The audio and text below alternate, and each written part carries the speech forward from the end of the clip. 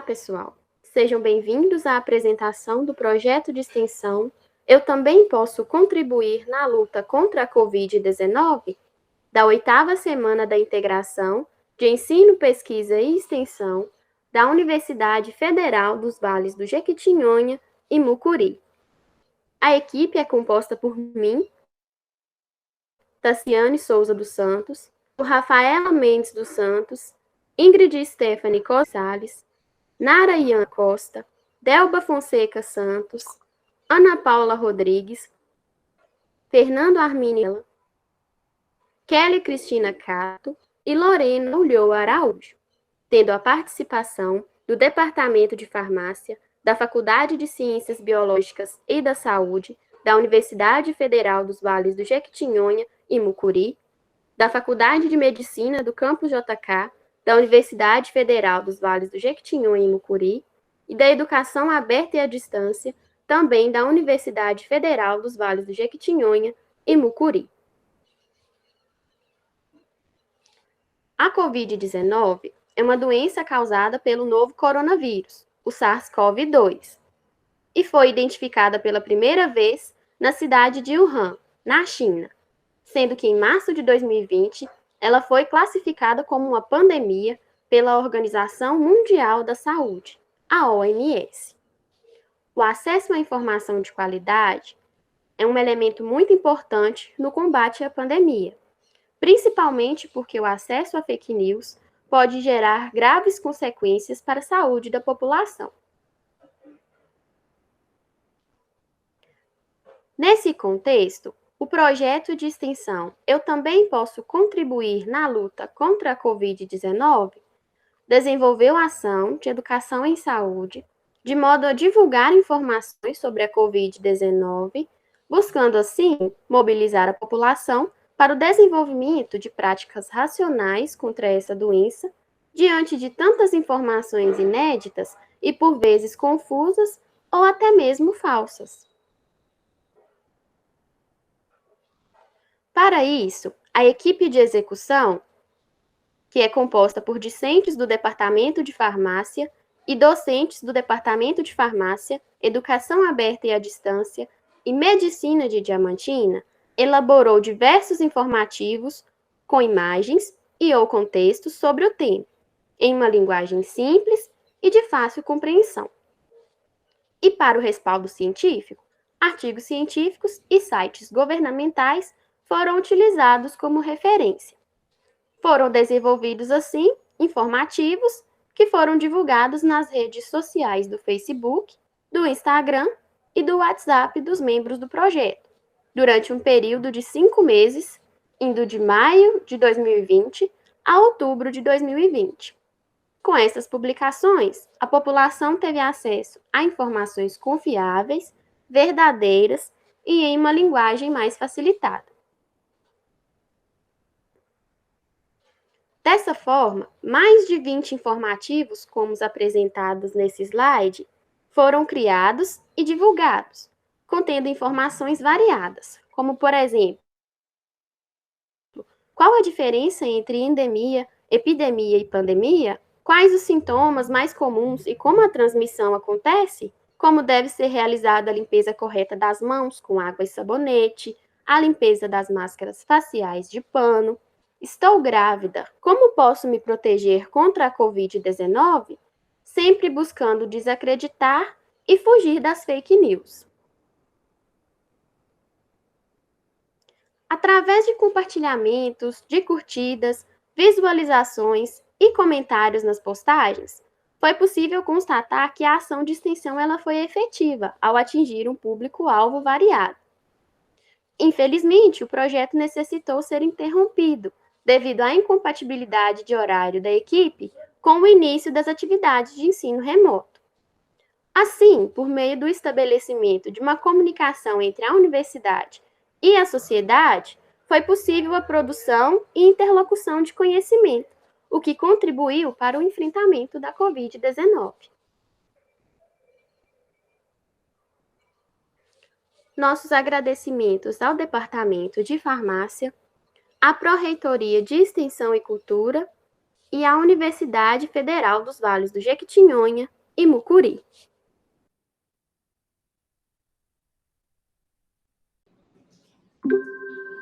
Olá, tudo bem? O nosso trabalho é intitulado Vivências e Percepções no âmbito da suicidologia em eventos virtuais, uma concepção do projeto Prevenção do Suicídio. O trabalho foi organizado por Lucas, Luísa, Otávio, Anne, Nádia e Bruno. Devido à pandemia da Covid-19, o projeto Prevenção do Suicídio, Tarefa para Muitas Mãos, da Universidade Federal dos Vales do Jequitinhonha e Mucuri, teve suas atividades presenciais interrompidas. Dessa forma, pensando na relevância do projeto e na sua assistencialidade, foi necessária uma adaptação no formato dos cursos e encontros. Estes passaram a ocorrer na modalidade remota a partir das plataformas do YouTube e do Google Meet. Para dar continuidade às atividades, foram desenvolvidos cursos e rodas de conversa que objetivaram a capacitação e discussão da temática sobre a prevenção do suicídio, promovendo a interação entre a universidade e a sociedade. Ao longo do ano de 2021,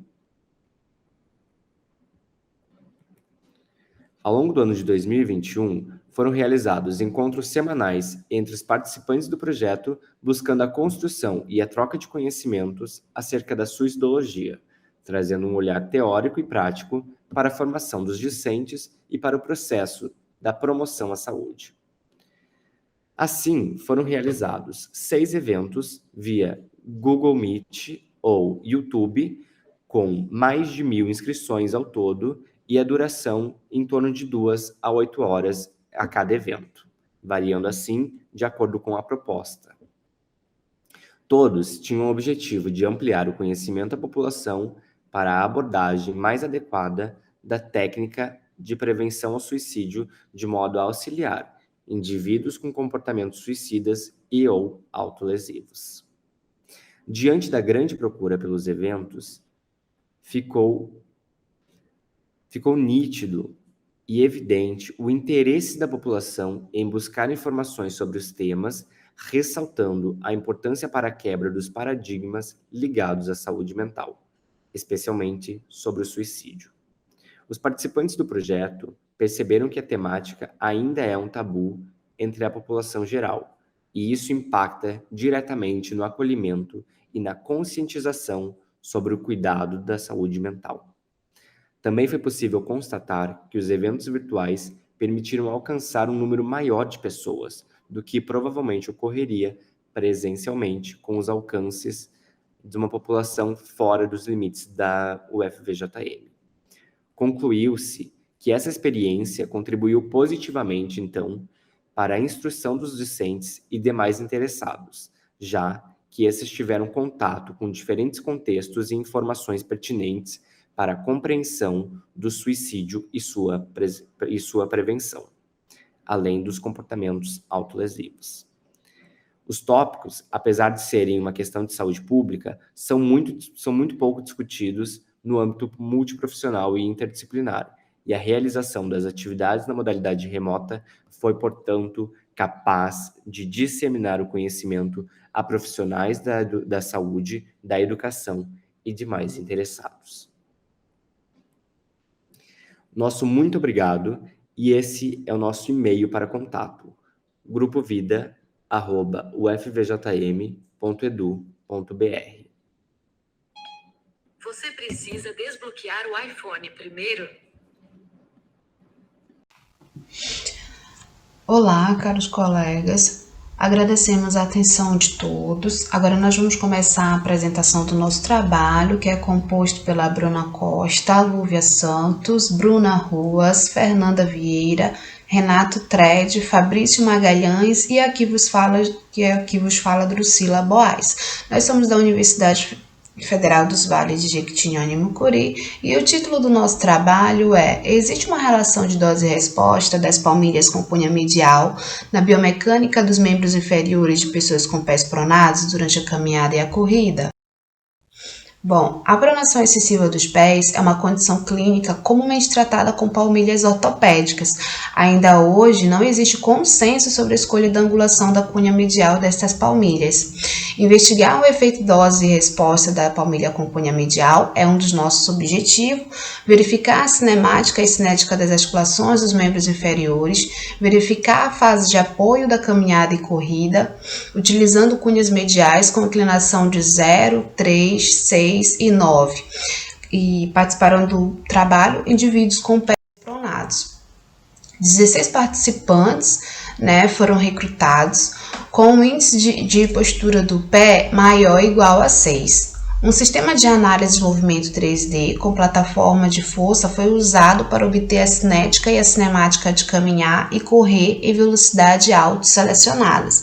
Para comparar os ângulos e momento do tornozelo, foi realizada uma análise de série temporal por meio do mapeamento paramétrico estatístico.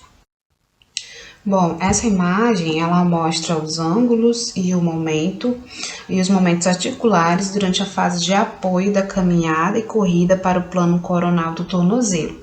Na primeira linha, as curvas médias de todas as 4 condições experimentais com os valores F e P da análise ANOVA.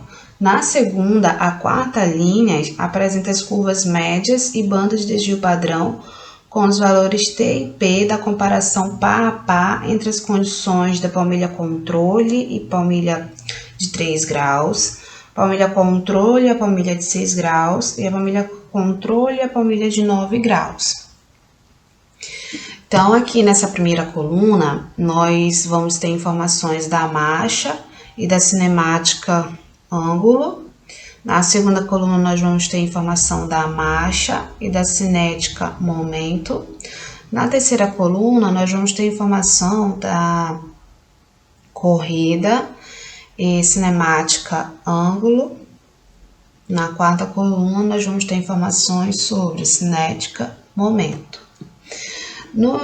Esses gráficos que nós estamos observando, eles têm no seu eixo Y informações de eversão em negativo, representando aqui, inversão positiva. No eixo X, nós vamos ter aqui em porcentagem a fase de apoio da marcha. Quando nós observamos a análise da ANOVA entre os grupos, aqui na primeira linha, ele tem o P positivo. Então, a partir daí, nós vamos seguir para as próximas linhas para observar essas comparações pá a pá de cada palmilha aqui, de cada grau, da palmilha de 3 graus, 6 graus e 9 graus, para verificar essas significâncias apresentadas. Aqui nessa segunda linha, primeira coluna, em relação à marcha, cinemática da marcha, na palmilha de 3 graus, nós observamos aqui uma diferença significativa de 7% durante a fase da marcha, a fase de apoio da marcha. Foi uma diferença não tão significativa comparada com a palmilha de 6 graus, que a gente tem aqui uma diminuição desse ângulo de eversão em 31%, assim como também a gente observa na palmilha de 9 graus. A área churada aí está mostrando uma diferença também de 31%. Então, comparando essas 3 palmilhas aqui, a que teve maiores valores significativos foi a palmilha de 6 e de 9 graus. Podemos sugerir que a escolhida seja a palmilha de 6 graus, pelo fato de que seja mais confortável comparada com a palmilha de 9 graus, já um pouco mais inclinada. Seguindo aqui a análise, nós vamos olhar agora para a marcha e o seu momento. Nós observamos uma diferença significativa na palmilha de 6 graus, sendo essa diferença de 15%. Olhando agora a coluna que mostra a informação da cinemática da corrida, nós temos uma diminuição do momento em 2 fases, na fase inicial e na fase final. Essa diferença a gente vê também aqui na palmilha de 9 graus, uma diferença no início e uma diferença no final, né? Uma diminuição do ângulo de eversão. A palmilha de 6 graus mostra uma diferença de 42% e a de 9 graus mostra uma diferença de 49%. Quando a gente olha para o momento da corrida, a gente observa também uma diferença significativa na palmilha de 6 graus, sendo essa diminuição do momento do tornozelo de 33%. Na palmilha de 9 graus, nós observamos uma diminuição de 43%. Sendo assim, as palmilhas em cunha medial afetou a biomecânica da articulação do tornozelo durante a caminhada e a corrida em indivíduos com pronação excessiva do pé. Para a maioria das variáveis biomecânicas, as diferenças foram encontradas por um período maior com o aumento do posicionamento medial, exceto o momento de eversão do tornozelo. As diferentes inclinações de cunha medial influenciaram a presença, o tempo e a duração dos efeitos durante a fase de apoio. Contudo, mais pesquisas são necessárias para investigar a recorrência desses resultados em um tamanho de amostra maior, bem como em outras populações clínicas sintomáticas. Essas são as nossas referências e nós agradecemos a atenção de todos. Olá, meu nome é Otávio Marques Barbosa, discente de Medicina da UFV-JM. Vou apresentar para vocês este relato de caso.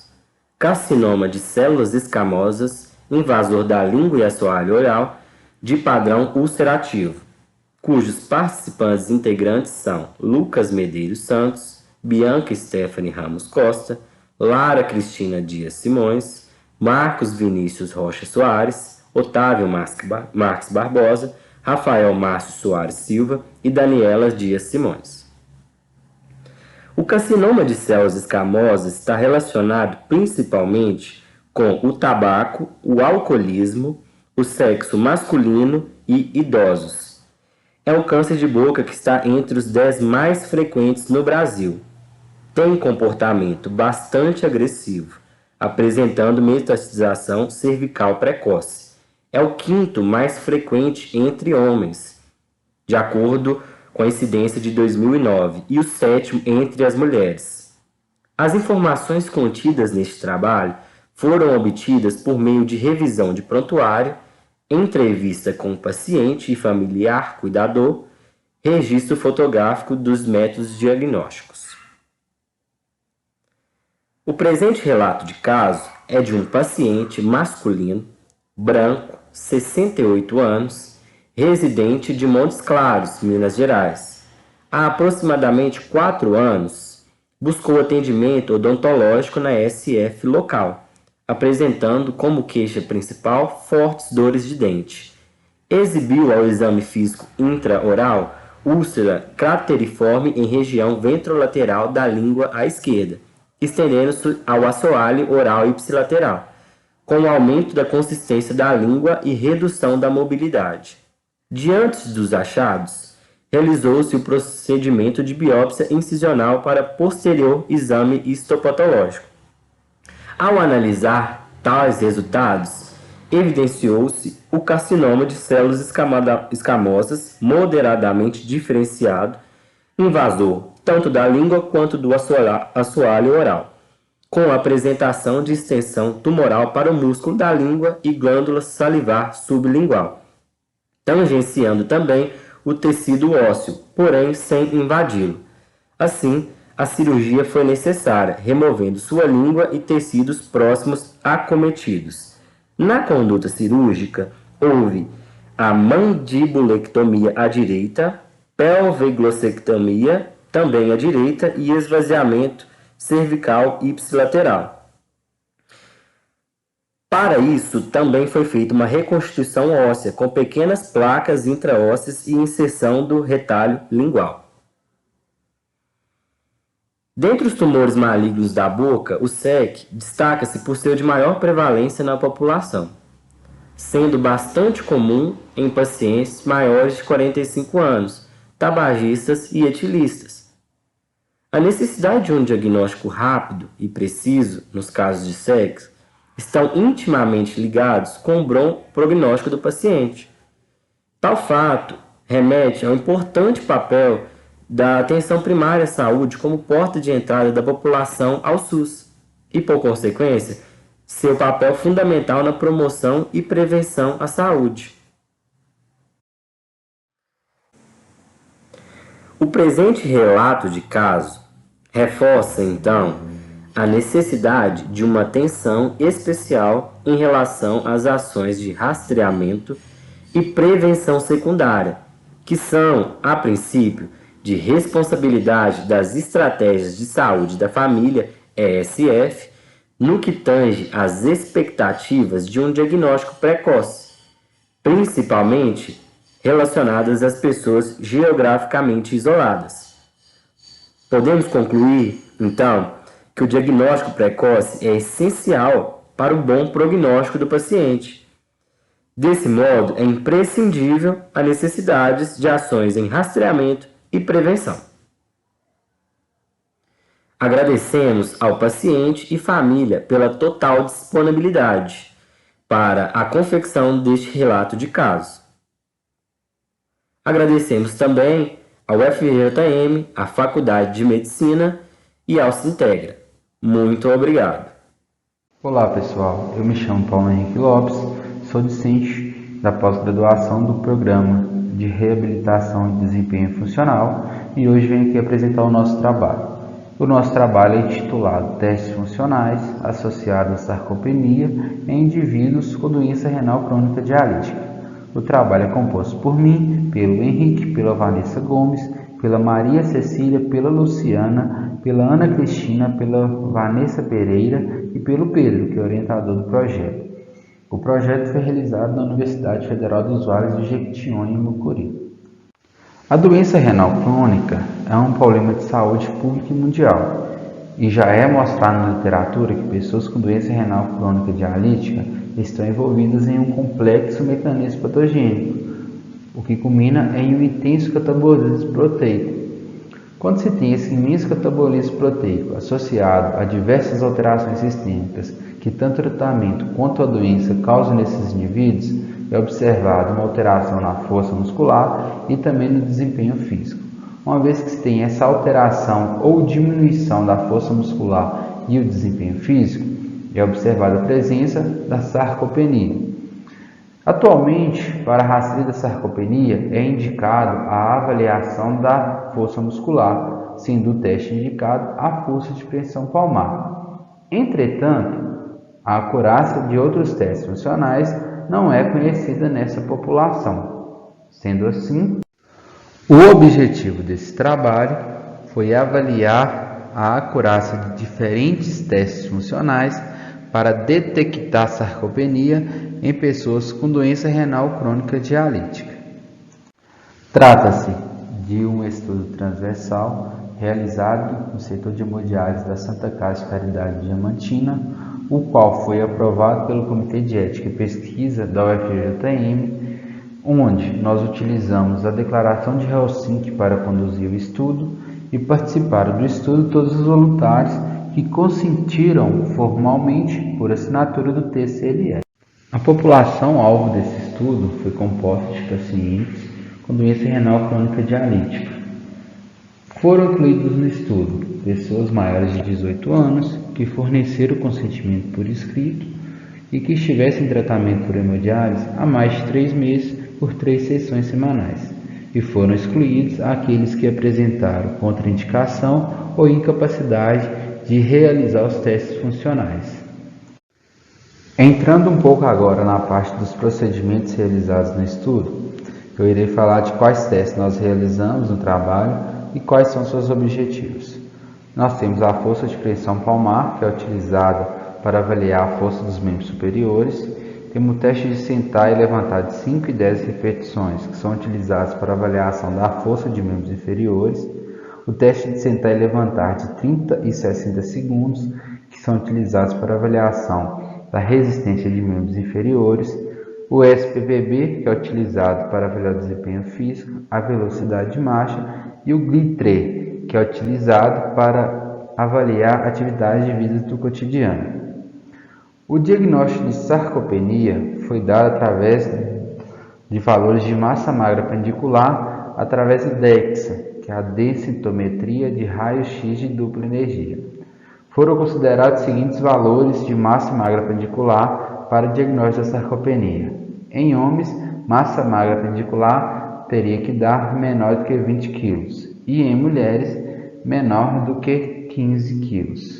Já na análise estatística, foi realizada a avaliação e comparação da acurácia dos diferentes testes através da área sobre a curva ROC e os pontos de corte dos testes funcionais foram selecionados pela melhor combinação da sensibilidade e especificidade avaliadas pelo índice de Holden, e significância estatística foi considerada quando o P fosse menor do que 0,05. Entrando agora na parte dos resultados, nós observamos que o nosso estudo contou com 91 participantes. Desses participantes, a grande maioria foi do sexo masculino, 54 homens, o que representou 59,3% da amostra. A média de idade foi de 53,4 anos e a média do tempo de tratamento foi de 2,3 anos. Já o IMC, eles apresentaram a média de 2,8 e em relação à massa magra pendicular tiveram a média de 17,8 com desvio padrão de 4,9 kg. Entretanto, ao analisar a massa magra pendicular e comparar entre os sexos, foi observado que os homens apresentaram a média de 22,2 com desvio padrão de 4,4 e as mulheres apresentaram a média de 14,1 com desvio padrão de 2,8 kg. Quando analisamos a presença de sarcopenia, foi observado que 56 participantes apresentaram sarcopenia, 30 homens, o que representou 55,6% da população masculina, e 26 mulheres, o que representou 70,3% da população feminina do estudo. A análise da curva ROC mostrou acurácia satisfatória tanto da força de pressão palmar quanto da velocidade de marcha, não tendo diferença estatística entre as duas. Quando avaliamos o ponto de corte definido através da curva ROC, nós observamos que a força de pressão palmar tem um ponto de corte de menor ou igual a 38, com sensibilidade de 83,9% e especificidade de 54,3%.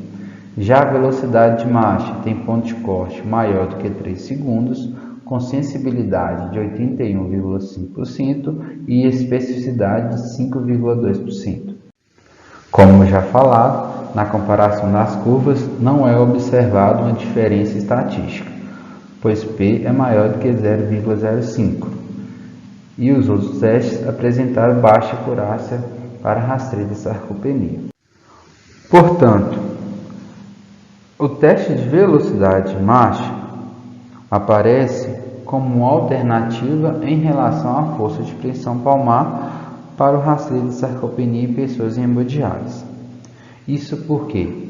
Pois é um teste de baixo custo, acurado e de fácil execução.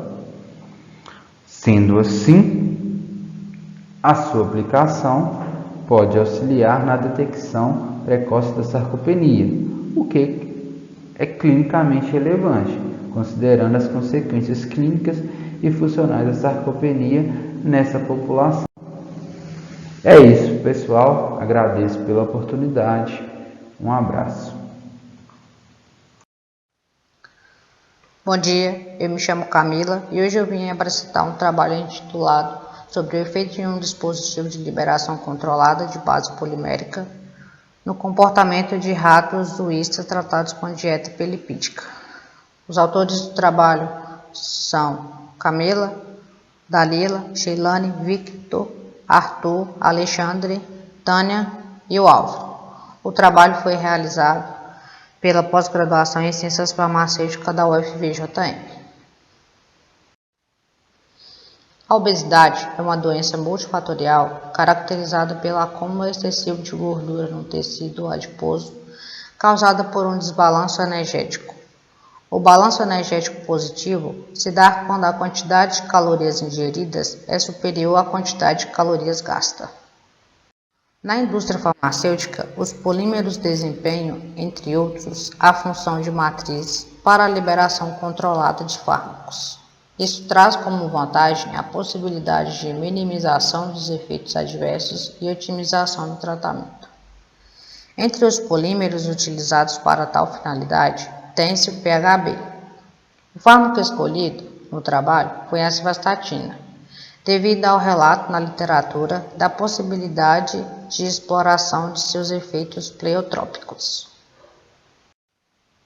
Em seu estudo, Yu et al. Descreveram que a simvastatina possui uma ação neuroprotetora, reduzindo as alterações cognitivas decorrentes da dieta hiperlipídica. A associação entre estatinas e melhora de distúrbios neurológicos causada pela inflamação, produzidas por dietas ricas em alimentos, também foram estudados por Khan et al. Com isso, o objetivo desse trabalho foi avaliar o comportamento de ratos suíços tratados com dieta hiperlipídica após um implante intraósseo de um dispositivo de liberação controlada de fármaco de base polimérica, PHB, contendo simvastatina.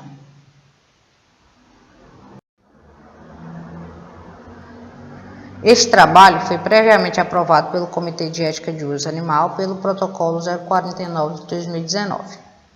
Foram utilizados 72 ratos suíços pós-desmame com 21 dias de idade, que foram divididos aleatoriamente para receber 2 dietas por 67 dias. No dia 68, todos os animais foram designados aleatoriamente para serem submetidos ao tratamento cirúrgico, sem implante ou com implante de PHB contendo ou não simvastatina, na face anterior da tíbia esquerda. 30 dias após o tratamento cirúrgico, os ratos foram submetidos ao teste de campo aberto. O teste de campo aberto é realizado com o objetivo principal de estimar a atividade locomotora, exploração dos animais e também pode avaliar a ansiedade, visto que os mesmos estão sendo expostos a um ambiente aberto e novo. O teste foi realizado em uma caixa de madeira com dimensões de 70 cm de comprimento por 70 cm de largura e 50 cm de altura. As paredes possuíam cor cinza claro, como o assoalho, que continham as marcações de 16 quadrantes, cada qual com 17,5 de comprimento e largura. Os animais foram colocados no centro da arena do campo aberto e seu comportamento foi filmado durante 30 segundos.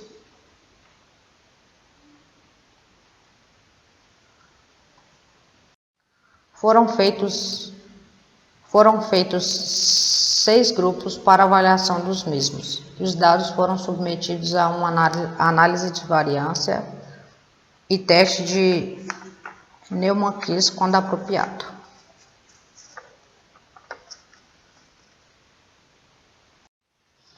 Nos resultados, foram observados a distância percorrida dos animais em quadrantes, número de entradas e tempo de permanência no centro.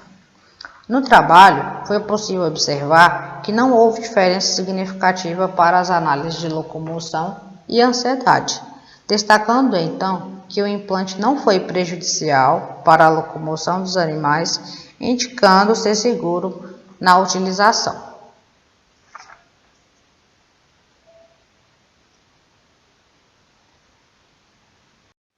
Conclui-se que o processo usado no experimento, junto com a dieta hiperlipídica, não alterou a ansiedade e a capacidade de locomoção dos animais.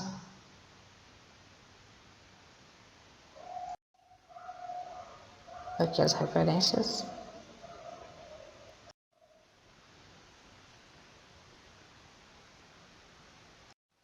Obrigada. Cumprimento a todos, eu sou Gabriel Fonseca, estudante do curso de Medicina da FAMED, UFVJM, sou bolsista do projeto de extensão Promoção da Saúde, uma alternativa para a construção da equidade, que é orientado pelo professor Alexander Dias Machado. Bom, a promoção da saúde, ela é vista como uma possibilidade de enfocar os diversos aspectos que determinam o processo saúde e adoecimento. Ela está associado a uma gama de valores, né? Solidariedade, equidade, busca por qualidade de vida, busca por qualidade de assistência à saúde, democracia, participação e parceria, bem como combinações estratégicas do Estado, da comunidade, de indivíduos, do sistema de saúde como um todo e de parcerias intersetoriais. Então, resumindo, a promoção da saúde, ela está relacionada com um processo de reorientação das políticas públicas com o objetivo de promover a capacidade das pessoas e comunidades de atuarem na melhoria do seu bem-estar físico e psicossocial.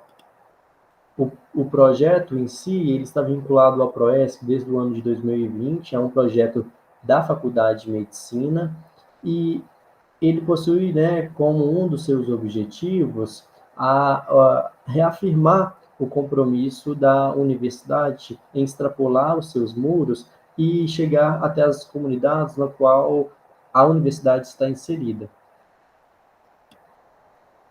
Para isso, né, contamos com uma equipe de 25 alunos dos mais variados cursos da saúde, seja da odontologia, da medicina, da fisioterapia, da farmácia, da nutrição e da enfermagem, e juntos discutimos aspectos sobre determinantes sociais de saúde, territorialização, intervenções em saúde, para que possamos, então, oferecer serviços às comunidades da cidade de Diamantina. Uma dessas comunidades é o bairro Maria Orminda, né? É o local onde o nosso projeto atua de forma direta, e o Maria Orminda, ele possui algumas características que são bem importantes e que contribuem para o sucesso da nossa atuação. Ele possui uma vivência histórica e muito importante, porque foi território da antiga chácara de Chica da Silva, no século XVIII, né?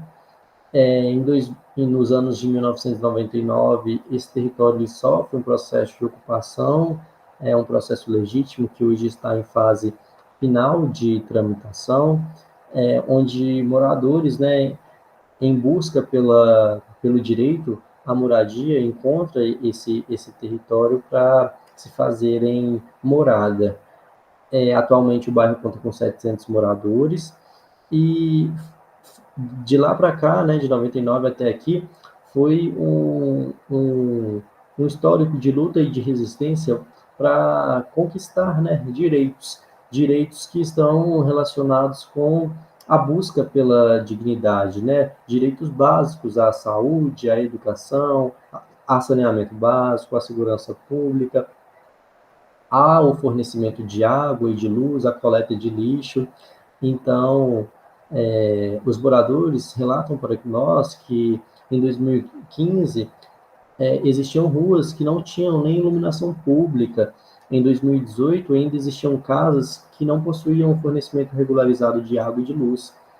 É um território que está a 3 quilômetros do centro histórico de Diamantina, né? Um local que possui uma valorização histórica e cultural muito importante, só que quando olhamos para as regiões mais afastadas desse centro, encontramos, então, locais com uma ausência total do Estado em ofertar serviços básicos. Nosso projeto, com o atual cenário pandêmico, necessitou fazer uma atuação remota, né? As nossas opções foram os encontros virtuais via o Google Meet, desenvolvimento de conteúdo sobre promoção, educação e saúde em mídia social, Instagram e WhatsApp.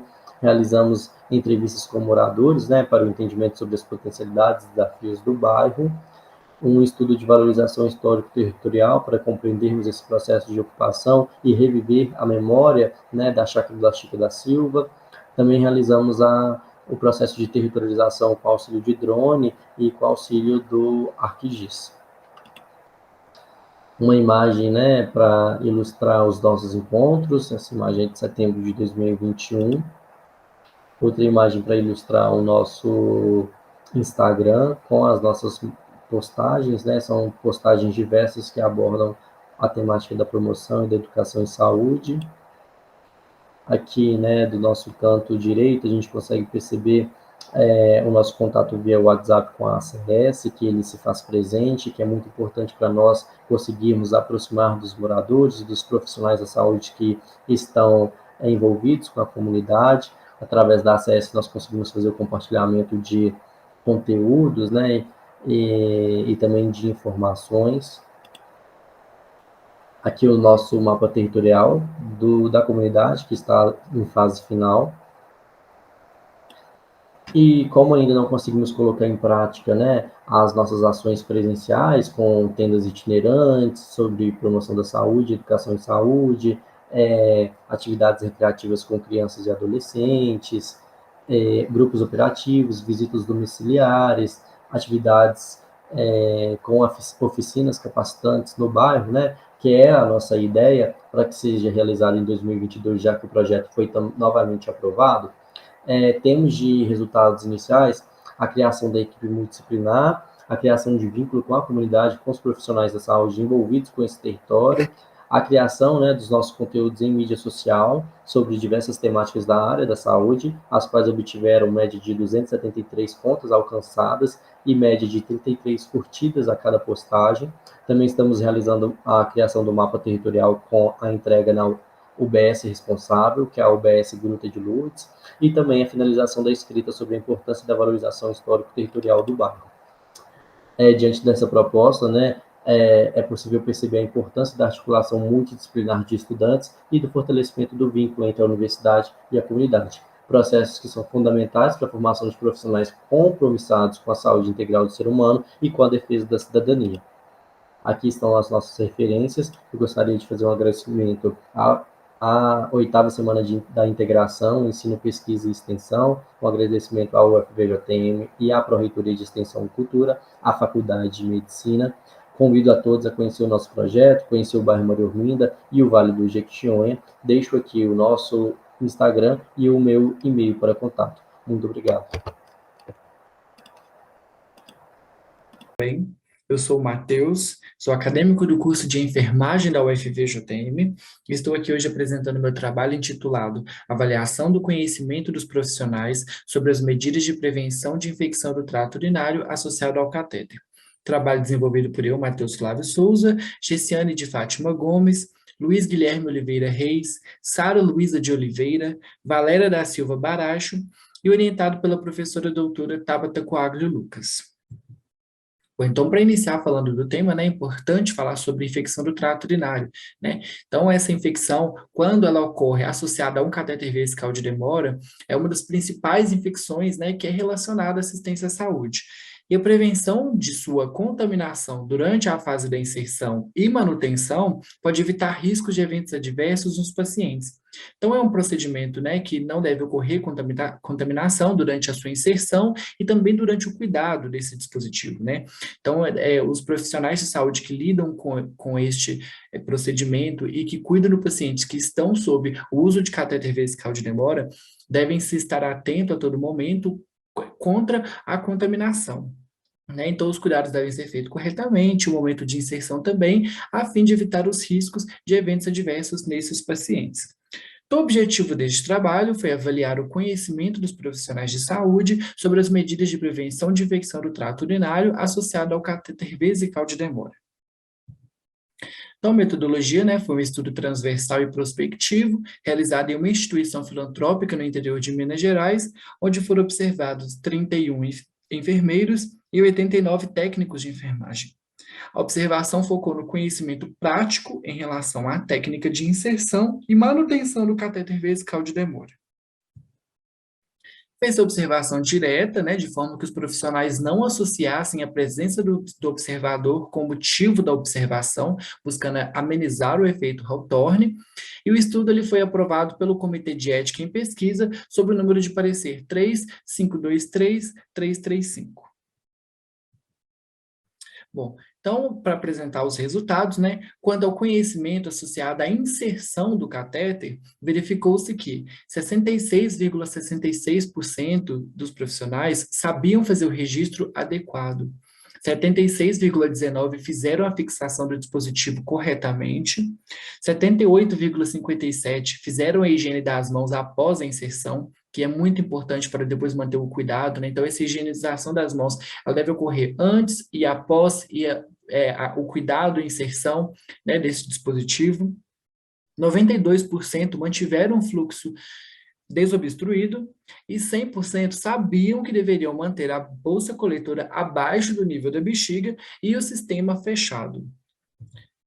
Agora, né, os resultados quanto ao conhecimento sobre a manutenção, 45,23% dos profissionais fizeram o registro adequado, 50% mantiveram o fluxo, a fixação, 50% mantiveram a fixação adequada, 92,80% não sabiam sobre a higiene diária do meato urinário e não registravam a higiene íntima. Também é muito importante, né, realizar a higiene íntima do paciente cateterizado e realizar também a higiene do meato uretral para que não ocorra a ascensão de micro-organismos ali, aumentando assim o risco de uma infecção do trato urinário. 85,71% mantinham a bolsa coletora abaixo do nível da bexiga e suspensa sem o contato com o chão. Também é um momento importante para o local, né, cheio de micro-organismos. Se essa bolsa ficar em contato com o chão, pode ocorrer a ascensão de micro-organismos e também aumentar o risco de uma infecção do trato urinário. E 0% esvaziavam a bolsa coletora regularmente em recipiente individualizado para cada paciente, né? O recipiente ele era coletivo, né, algo que não é correto, então 0% fazia esse procedimento de forma correta. Então, como conclusão, né, verificou-se que havia uma diferença de conhecimento e comportamento entre técnicos e enfermeiros sobre as medidas de inserção e manutenção do catéter vesical de demora que se destacavam no cuidado clínico observado. O conhecimento dos profissionais ele está na conscientização de que as medidas de prevenção da infecção do trato urinário, associada ao uso do catéter vesical de demora, devem ser adotadas de forma coletiva, né, tendo como a principal estratégia o planejamento de intervenções pontuais e a formação de uma cultura organizacional que preze pelo cuidado, pela qualidade do cuidado e pela segurança do paciente. Bom, então é isso, pessoal. Muito obrigado e até mais.